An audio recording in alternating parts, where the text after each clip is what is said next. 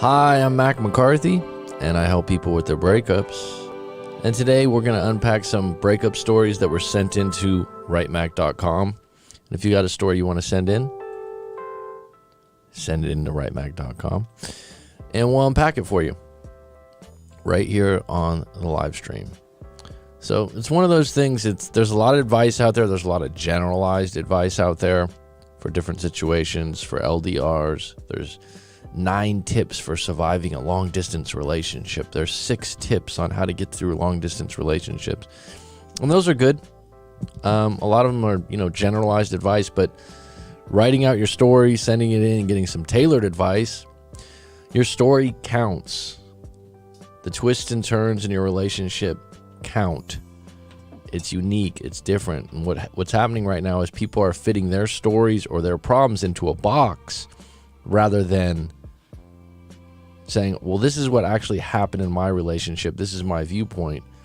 What do you think about this? It's much different than just getting this kind of advice where you look online and they bullet point out, well, long distance relationship, this. Here's my quick take on long distance relationships. There's going to be more of them than ever before. Because the internet right now, with dating apps, with Instagram, with social media, there's going to be more long-distance relationships than ever before. It's just going to be a fact of life. It is what it is.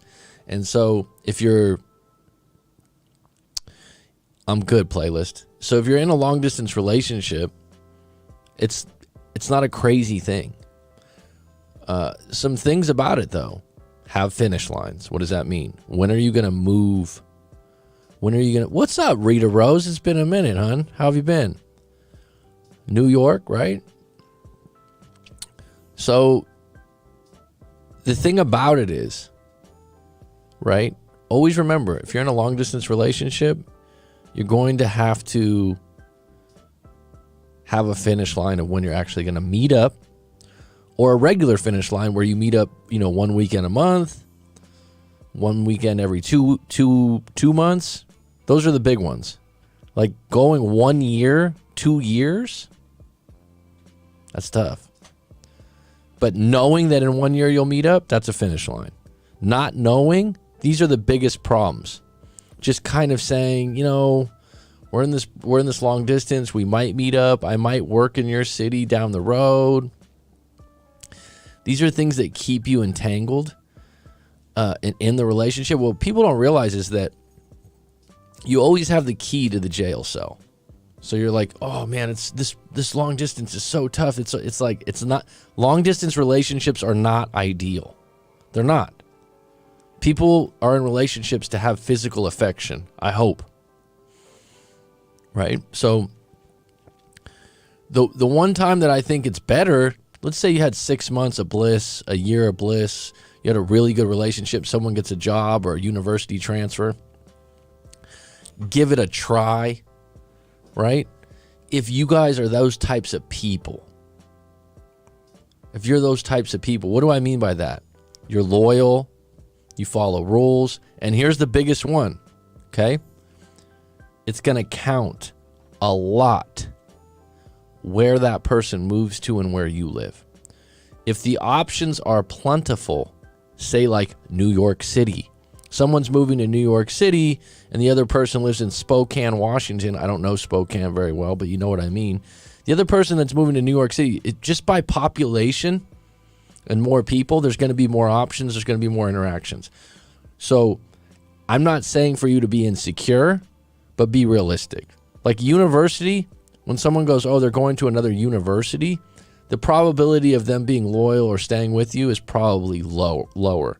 Now, if you've been together for 2 or 3 years and built a really good foundation and you guys are really close, maybe you got a shot.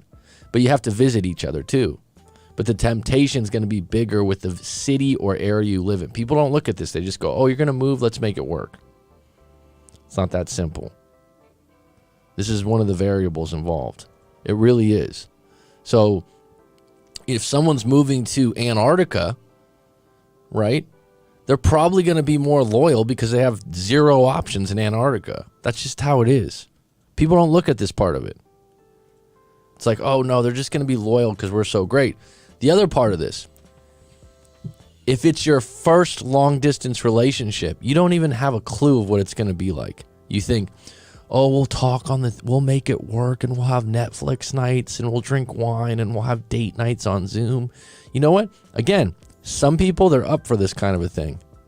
They're homebodies. If you're not a homebody, I'm not a homebody. I wouldn't want to have a date on Zoom 3 or 4 days a week. I just wouldn't. It just wouldn't work. I like human interaction. Some people could do that.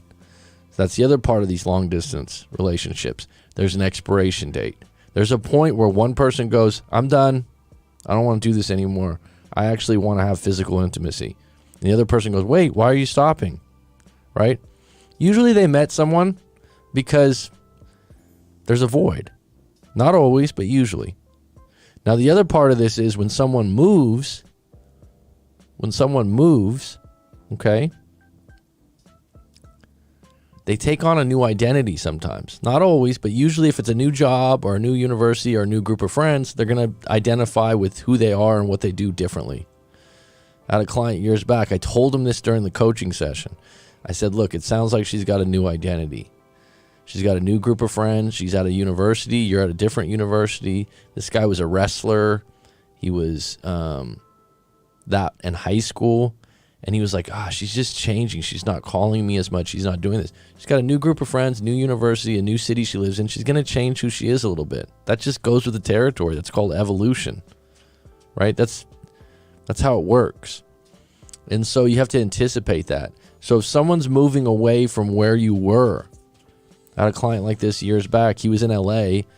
His girlfriend moved to Boston or New York or one of these places, but she got a new job, a new position that she didn't have when they were together. He's like, she just changed.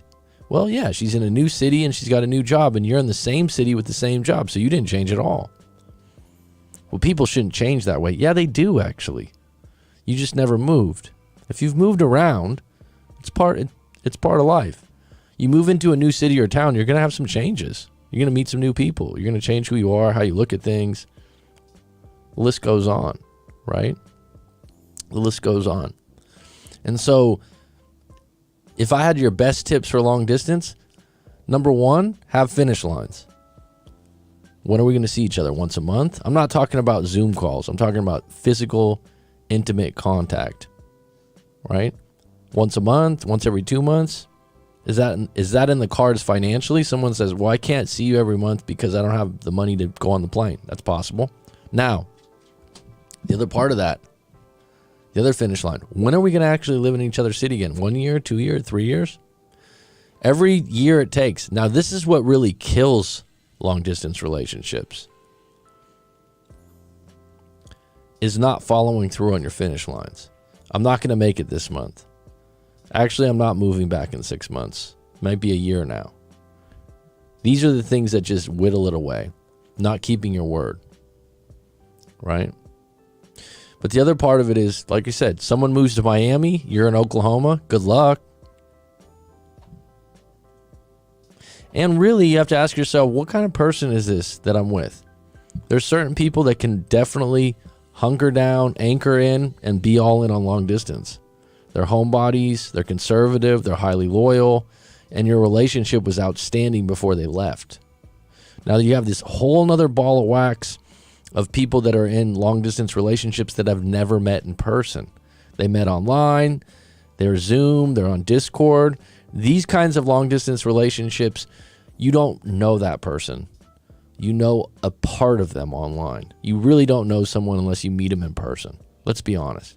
You can get to know someone, but you don't know any of their circle. It's really playing with fire. And it's something that's going to happen. But getting entangled in those long distance relationships where you've never met before, why can't you let go of that and pursue something that's better for you that would be in person? That would be my question. I totally understand when someone's in a long distance relationship and they were together for 2-3 years prior to the long distance and they want to try. But just meeting someone long distance and then having issues immediately and then not meeting each other within 3 months, that never works out well. And people always go, I can't believe they did that. You don't really know them.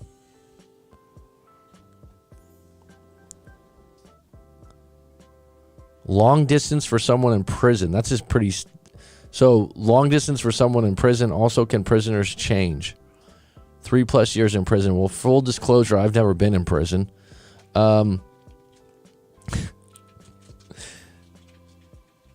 prisoners change? I would hope so. I mean, that's one of those things where that's the whole point of going to prison, is to change someone. Why did you get into a long... This is where send your story in and I'll give you a tailored take. This is a very general question. Without the details, I'm pissing in the wind. Right? Like, literally. So it's like, long distance for someone in prison? What happened? What happened? Why are they in prison? What's their background? I mean, give me some details and I'll give you a really good answer. But long distance for someone in prison... my gut reaction, probably not good. Okay? Is it doable? Sure. I mean, just like there's different people in the world, there's different types of characters in prison, and I would say there's different people that change during prison time, and there's people that don't change. This whole idea that people never change, that's not true. Depends on the circumstances. Individually, go with the individual, not the generalization. She says, Eve says, true, we don't really know them. And that's a problem because you're online, you're on Zoom, you're meeting someone internationally, you guys have some really good talks. And a lot of times people that meet someone internationally online, you have 2, 3 hour, 4 hour screen time talks, and it's great. The other problem with that is you have these where we're supposed to meet up and talk on Zoom or something, and someone misses it and the other person gets really upset. It's like, why? You don't really care about that. It's like, well, you're in different time zones a lot of times with different agendas, and it just doesn't, there's a lot working against you. There's a lot working against you.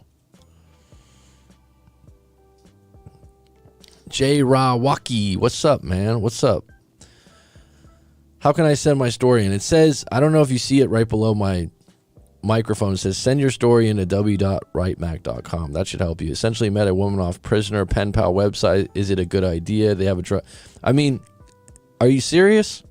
I mean, is this a serious question, or are you trying to prank me here? Essentially met a woman off prisoner pen pal website. Is it a good idea? The question is, why are you even asking if it's a good idea? Because you're questioning it yourself. They have drug problems mostly. I don't know if people in prison mostly have drug problems. I would not pursue prisoners and pen pal websites.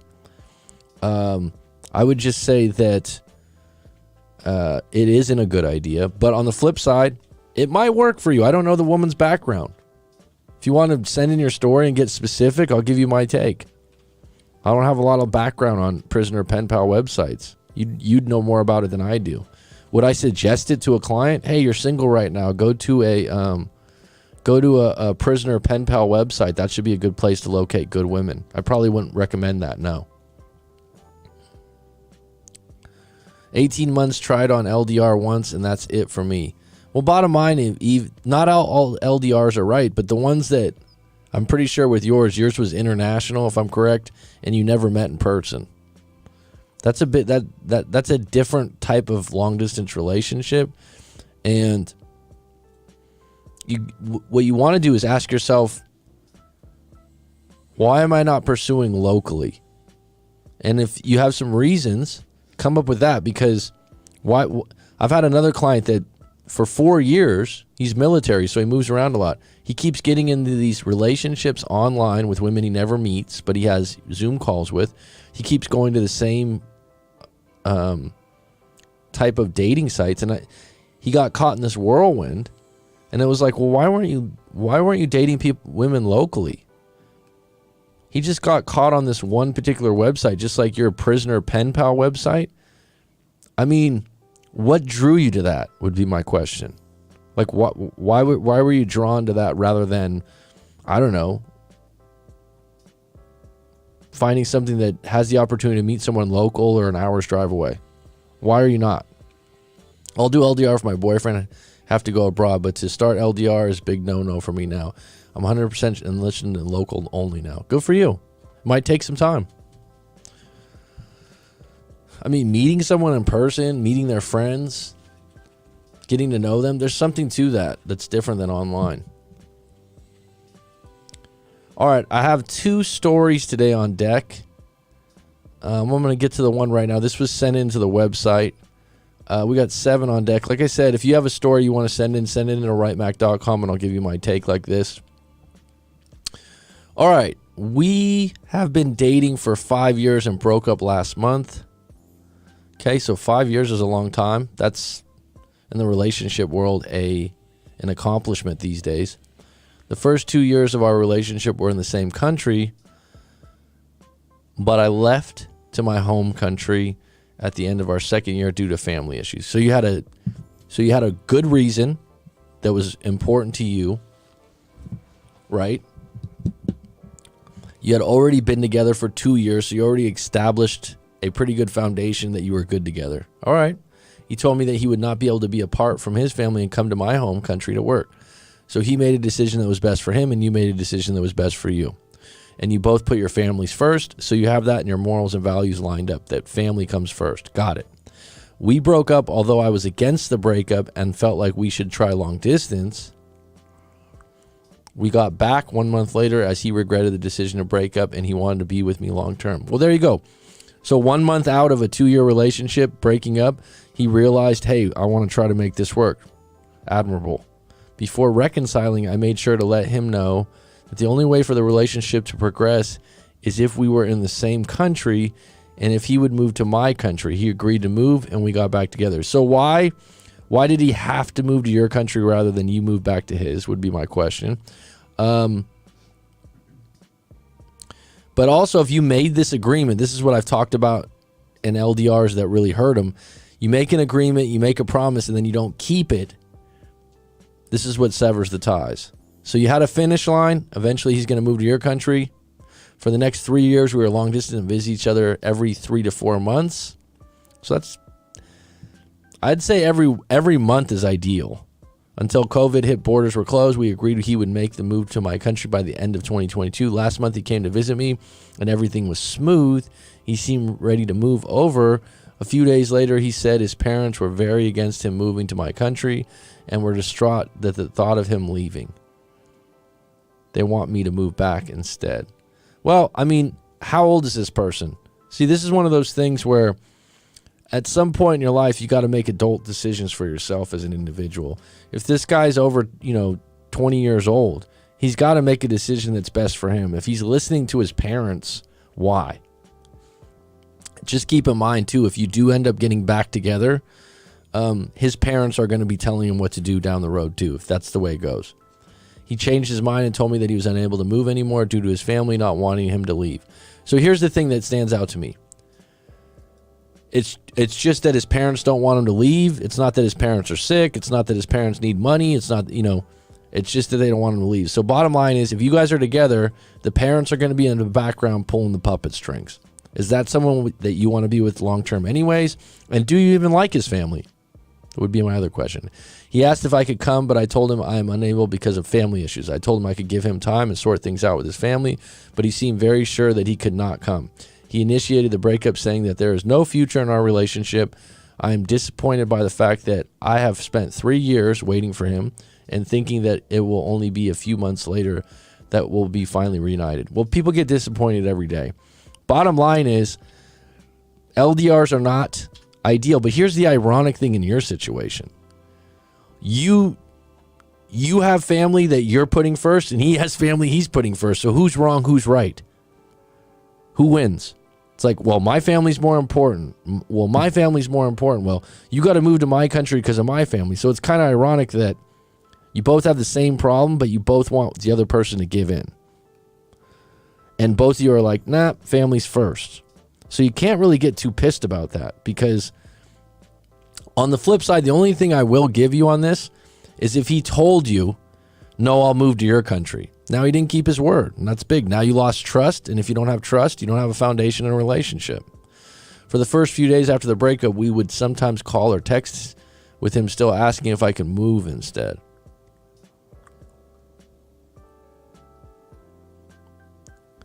I have gone no contact because I've given up trying to convince him to reconsider things. Well, this is one of those things. You've had a problem for a long time. It hasn't been reconciled. It hasn't been fixed. It doesn't look like it's going to be fixed in the future. So what do you do? What's the alternative? We had a great relationship with few conflicts. Well, I mean, let's keep in mind, when you have a long-distance relationship for 3 years and you see each other once every 3 or 4 months, I would hope you don't have a lot of conflicts. You can't afford to have any conflicts, right? This is what's a little jaded about some long-distance relationships. It's like, you don't live if you live together, you'd have a few. I mean, if you moved to his country or he moved to your country, it sounds like someone would be sacrificing the relationship with their family, and then that would breed contempt. Does that make sense? Is there any chance of getting him back again and him changing his mind to move to me?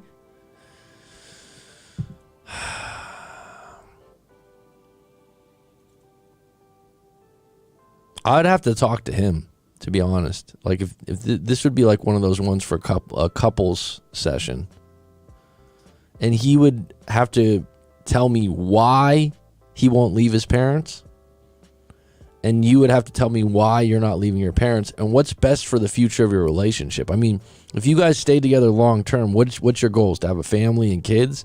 So then finances come into place. Which country would be better to raise your kids? What country would be better for the long term of both of you? And are you just being manipulated by your parents to just be there, or are you needed? They're two different things. That has to be articulated. I could talk to you about that in a live coaching session. How should I get him back? Well, I think the negotiations are off. He wants, the number one way would be for you to move back to his country. Now, if I was going to say, is there an alternative where you could go there for like 3 months at a time? But still, you need to create a finish line where someone's moving to someone's country. And it seems like you've already tried the other way. If he's come back to you before, he'll probably come back again, but it still doesn't fix the problem. What happens here is you guys are lonely, you love each other, you don't want to erase 5 years. I get it. But someone's got to give in on the negotiations. Have you tried to talk to the parents? And like I said, why would it be better for him to move to your country? I mean, you just telling him you want him to come back, there's obviously something that's not right.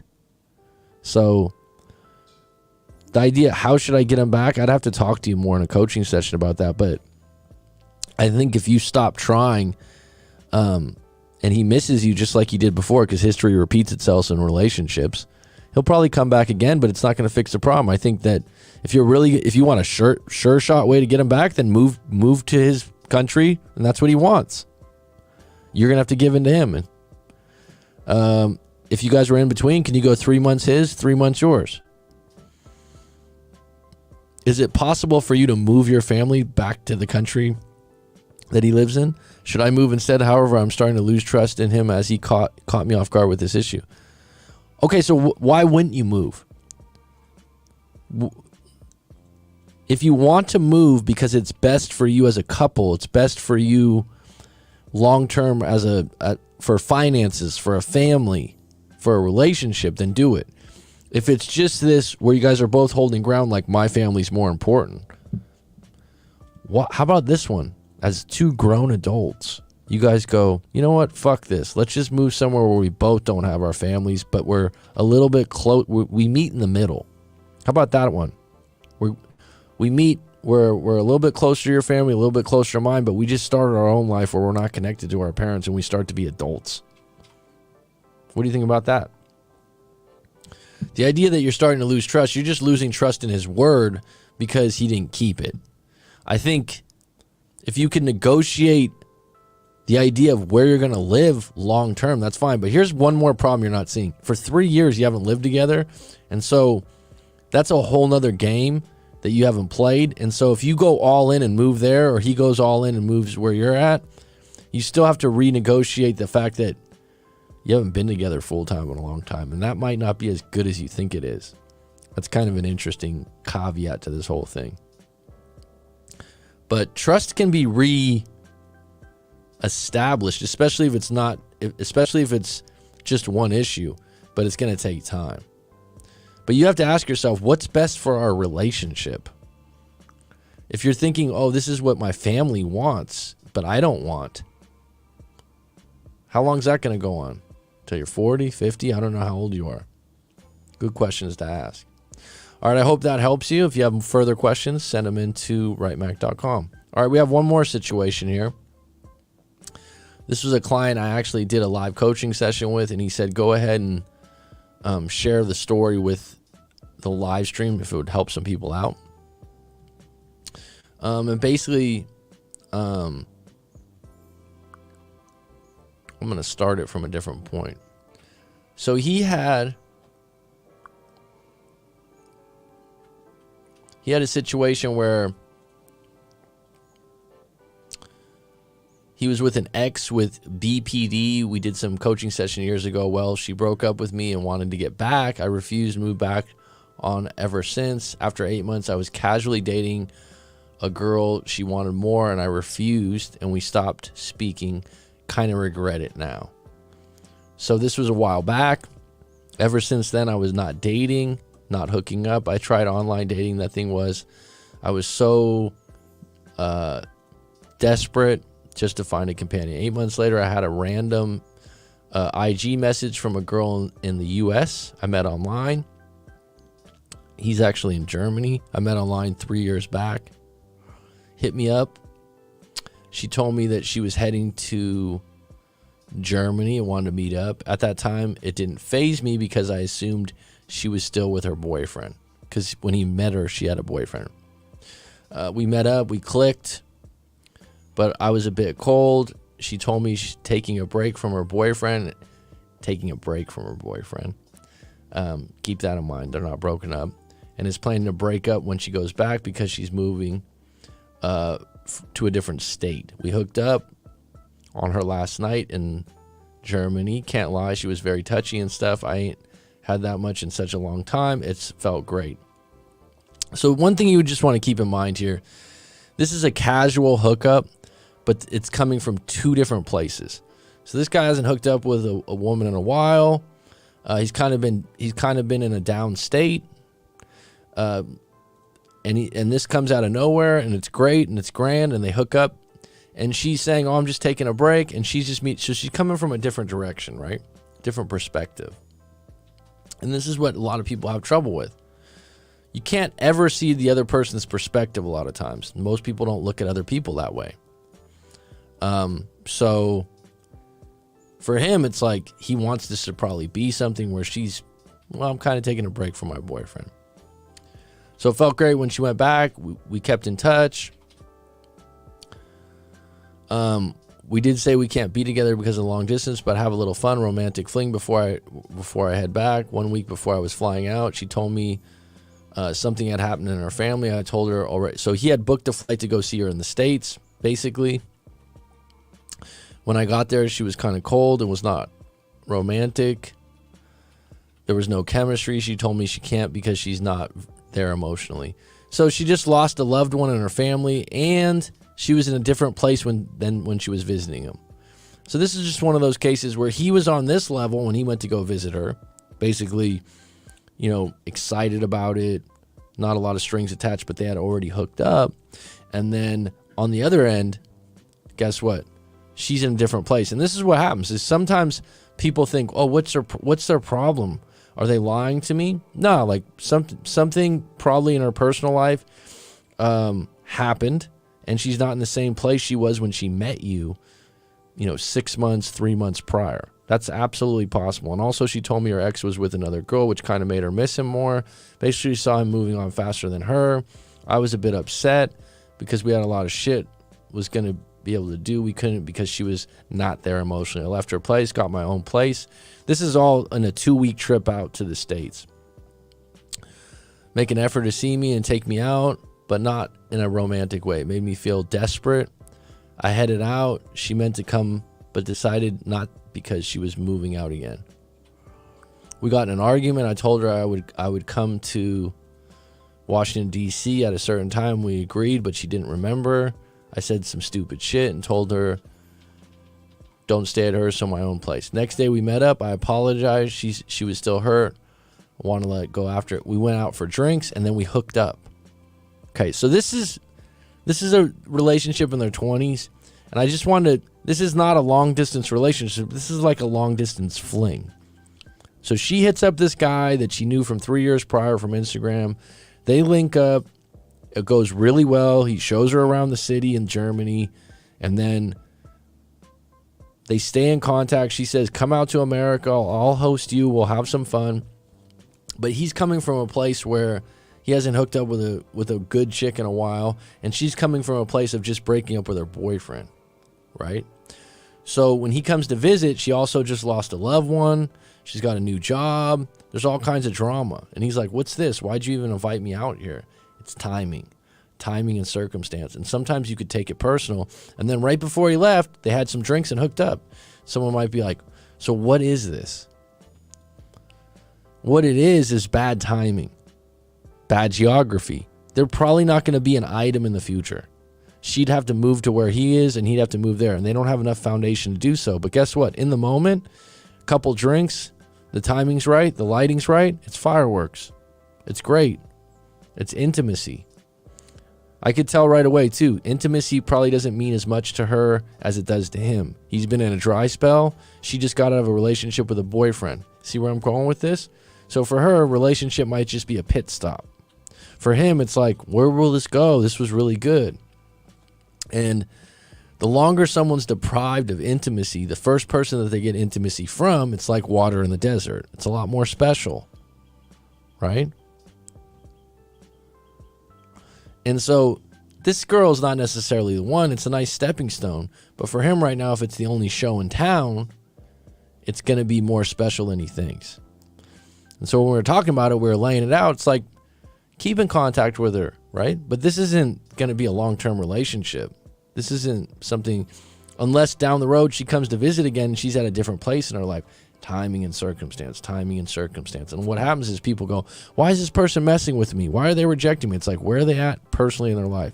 They got job problems. They got money problems. They got an ex around. These are all circumstances that you can't relate to because you're not in the same situation. And if you're not in the same situation, you kind of go, is it me? It's usually not you. And it was really good because we had this session. I'm like, you didn't do anything wrong here.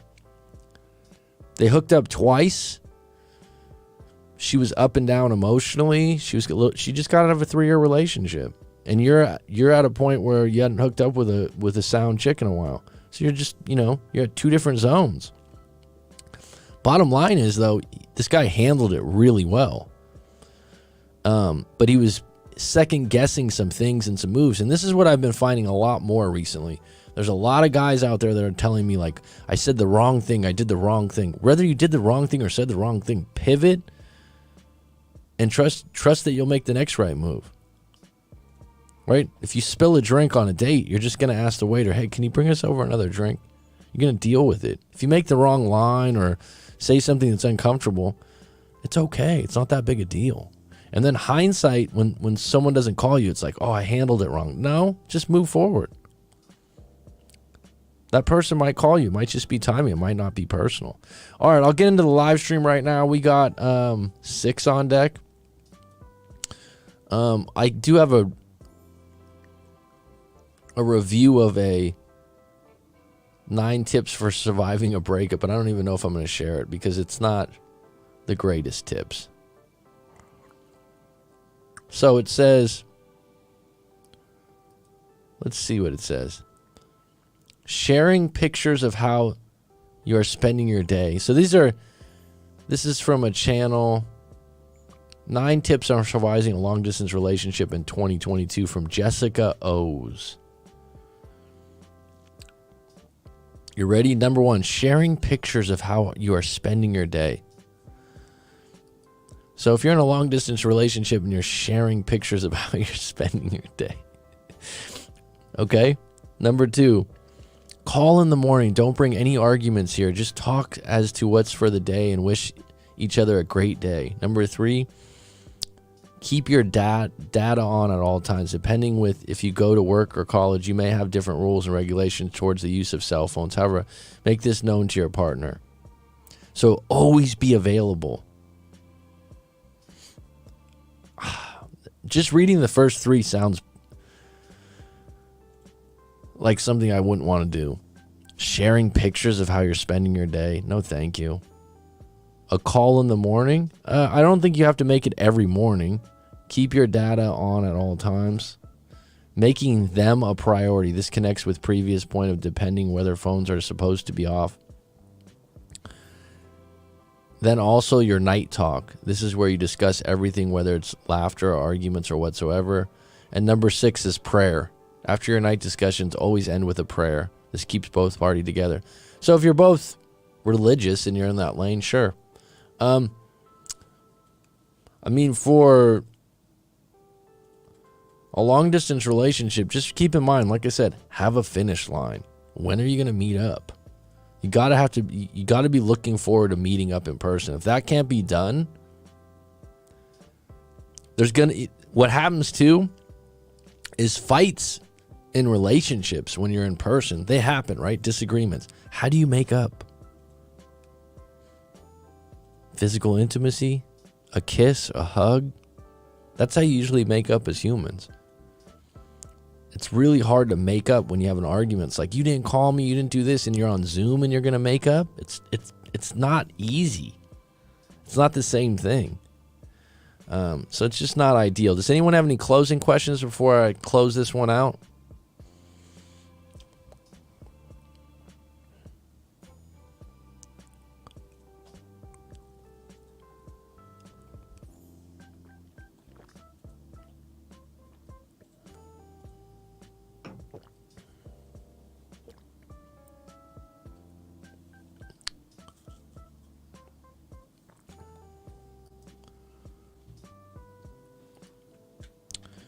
All right. We'll be back on deck tomorrow. It's been appreciated. Rita Rose Hubblesworth. It was good to reconnect. Playlist 003. Send your story into writemac.com.